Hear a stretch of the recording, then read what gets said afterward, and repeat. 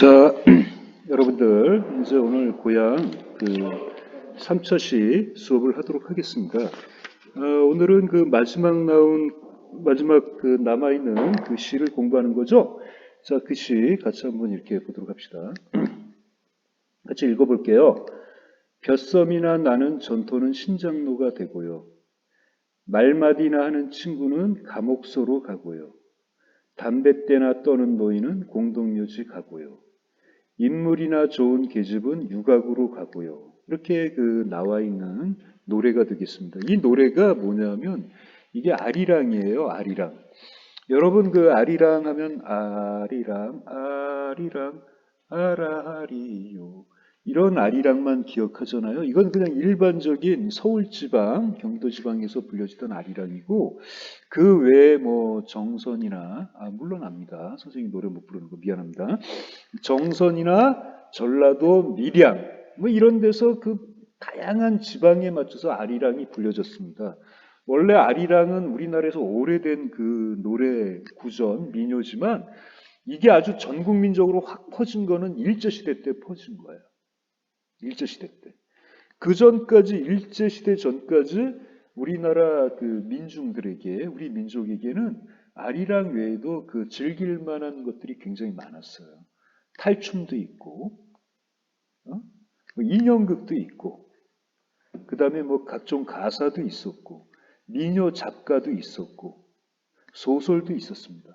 그런데 이게 일제시대 때부터 이런 문학 예술 양식들, 민족이 향유하는 그런 것들이 깡그리 억압이 되면서 다 죽어버렸어요. 그리고 일본에게서 들어온 거는 신파극 같은 게 있었습니다. 뭐 이수일과 심순애 같은 사랑에 울고 뭐 돈에 우는 심순애 뭐 이런 유치한 그런 이야기들이 성행을 했어요. 그렇죠? 그리고 무성 영화가 들어오긴 했습니다. 이때 당시 일본도 무성 영화가 들어오고 우리나라에도 무성 영화가 있었고요. 그 다음에 미국에도 찰리 채플린이 영화를 모던 타임즈 같은 작품을 통해서 처음으로 영화를 예술의 경지로 만들기 시작했어요. 거의 동시대에 우리나라의 나은규라는 분이 아리랑이라는 영화를 만들었습니다. 민족의 한과 어떤 저항감, 비극성을 드러내는 작품이 되는 거죠. 아리랑이라는 것 제목 자체가 벌써 저항을 하는 거예요. 목숨을 걸고. 그래서 우리나라의 영화는 미국하고 이 역사로 볼 때 그렇게 짧지 않아요. 거의 비슷합니다. 그래서 우리나라에 뭐 지금 기생충이라는 게 미국 헐리우드에 가서 뭐 상을 받았다, 대단하다. 걔네들이 훨씬 앞서 있는데 상 받았다. 그렇지 않아요. 영화는 거의 미국의 역사하고 비슷해요. 자동차 같은 게 좀 한 100여 년 이렇게 늙는 거지, 영화나 이런 거, 전기 이런 거는 역사는 비슷하다. 이렇게 나와 있습니다. 예, 그 당시 그래갖고 이렇게 억압된 민중들이 자신의 진정한 감정을 표출할 수 있는 게 아리랑이었습니다. 서울 아리랑 말고요, 뭐 밀양 아리랑, 뭐 전라도 아리랑, 뭐 이런 걸로 자기 감정을 표현하면서 거기에 현실을 비판하는 내용을 담기 시작했어요. 그런 민요를 근대 민요라고 부릅니다. 무슨 민요라고 부른다고? 근대 민요, 근대 민요다 이렇게 불러요. 벼섬이나 나는 전토는 신장로가 되고요. 뭐 이런 식으로 이렇게 부르는 노래예요. 이렇게 부르는 노래인데 그럼 그 내용을 같이 불렀는데 그 내용에 뭐가 들어있는지 볼까요? 벼섬이나 나는 전토는 벼가 나는 땅은 신장로, 새로운 도로가 됐다. 이런 얘기죠. 우리의 경제적 기반인 식량의 기반인 토지를 빼앗겼다. 이렇게 표현하는 겁니다. 일주한테 빼앗겼다. 이렇게 표현한 거예요. 그러니까 경제 수탈을 얘기하고 있는 겁니다. 두 번째 뭐가 될까요? 그렇죠. 두 번째는 말마디나 하는 친구는 감옥소로 가고요. 옳은 말 하면 감옥에 간단 말이야. 감옥. 깜빵에 간다는 거죠. 그렇죠? 속된 말로 하얀 집에 간다. 이런 말을 하는데 이 감옥에 가서 뭐 지금처럼 뭐 감옥에 가서 뭐 밥 주고 뭐 제대로 주고 그러는 줄 아십니까? 그때 감옥은요. 일제시대 감옥은 창문에 유리창이 없어요. 그냥 겨울이 되면 그냥 추워서 죽는 겁니다. 그냥. 제대로 먹지도 못하고 고문도 많이 당하고요. 학대를 받았겠죠. 지금처럼 인권적인 그런 교도소가 아니라는 겁니다. 그래서 이 부분에는 바로 언론 탄압이 나와 있다. 아까 그 땅을 빼앗기는 건 경제 수탈이고요. 여기는 언론 탄압이 나와 있다. 다음 3년. 담배 떼나 떠는 노인은 공동묘지 가고요. 원래 우리나라는 노인들을 존중하는 그런 사회 아닙니까? 그런데 그 노인들이 할 거라고는 죽어서 뭐가 된다? 공동묘지 가는 것밖에 없다.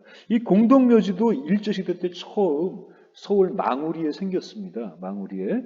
여기에는 뭐가 되는 겁니까? 우리의 어떤 문화 이런 것들이 유린되는 모습을 보여주죠.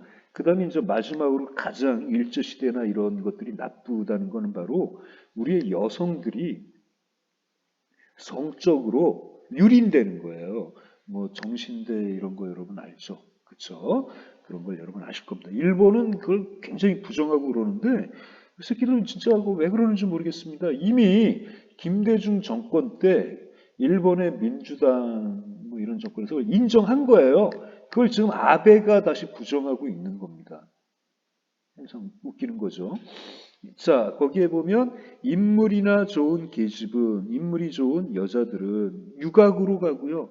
유곽우리 아까 공부하면서 배웠잖아요. 그렇죠? 어떤 그 술, 매춘하는 그런 곳입니다. 그런 걸로 팔려갔다라는 얘기죠. 이 여성들의 인권이 유린되고 있다라는 겁니다. 이런 걸 통해서 이 노래가 하는 기능은 바로 고발 기능을 강화하고 있는 거죠. 뭘 고발하고 있는 겁니까? 그렇죠? 일제시대의 참상을 갖다가 그대로 바로 고발하고 있는 것입니다. 거기 교과서에 보면 거기 운수 좋은 날이라고 나오는데 그거는 또 달라요. 이건 이 작품이 아닙니다. 이렇게 현진건 선생은 우리나라 근대 소설이 만들어지면서 그 소설답게 사실적으로 일제시대의 사회 현실을 고발하는 작품을 썼습니다. 그래서 인력거의 그 비참한 삶을 그렸던 운수 좋은 날, 그 다음에 이 수탈당하는 우리 그 농촌 경제를 보여주는 고향 같은 작품, 이런 작품들을 써서 그 뭐가 되는 것이다. 그 소설가로서 그 바로 사회를 올바로 고발하는 그런 자기 역할을 충분히 했던 그런 분이 되겠습니다.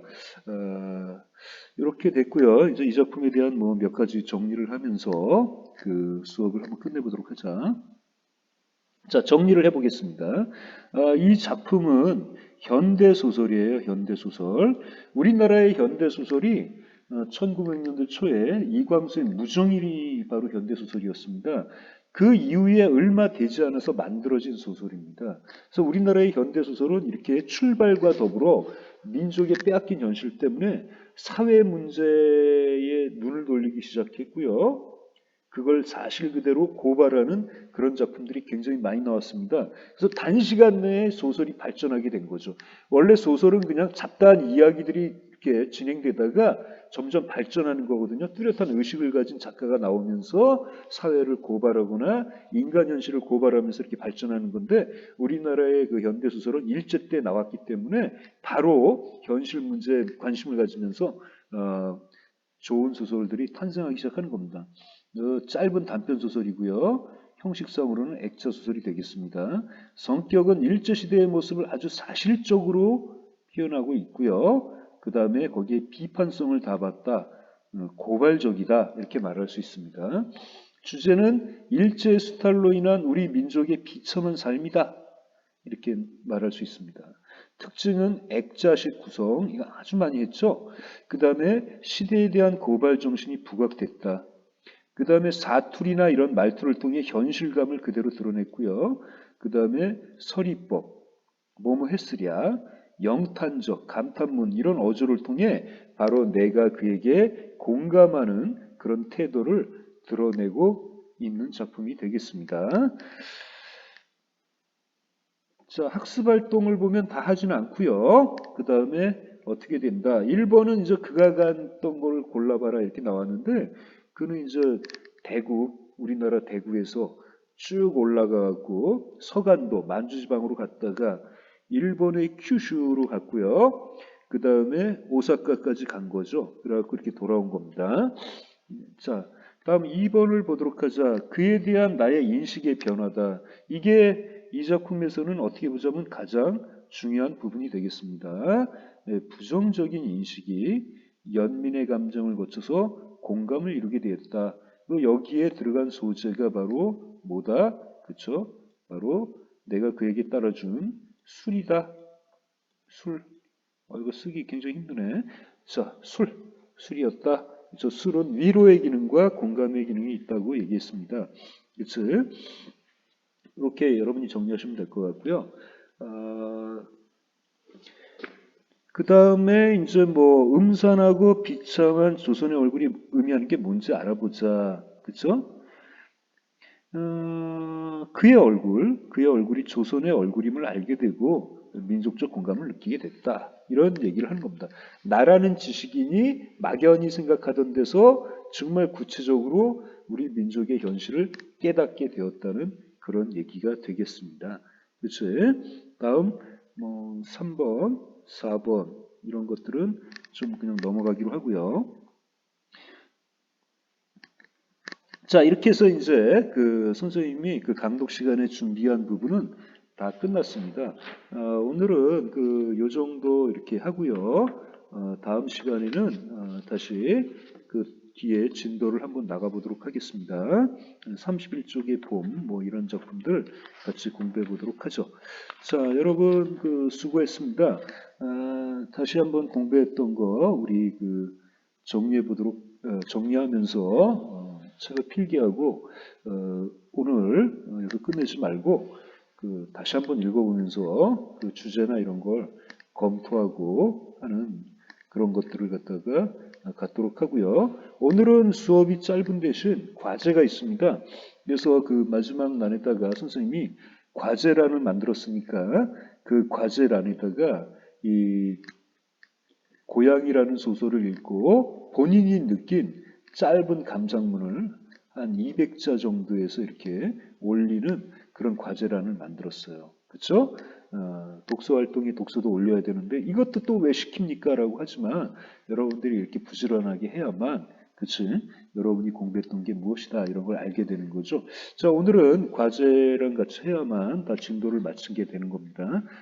자, 고생하셨습니다. 오늘 그 공부했던 이 고향은 기말고사에 내도록 하겠습니다. 선생님이 강조했던 거, 뭐 형식이라든가, 뭐 동병상련, 그 나에 대한 인식 변화, 뭐 이런 것들을 해갖고 이번 그 마지막 시 부분 이런 것들까지 포함해서 이번 기말고사에 낼 테니까 여러분 잘 공부해갖고 좋은 점수 받도록 하도록 하자.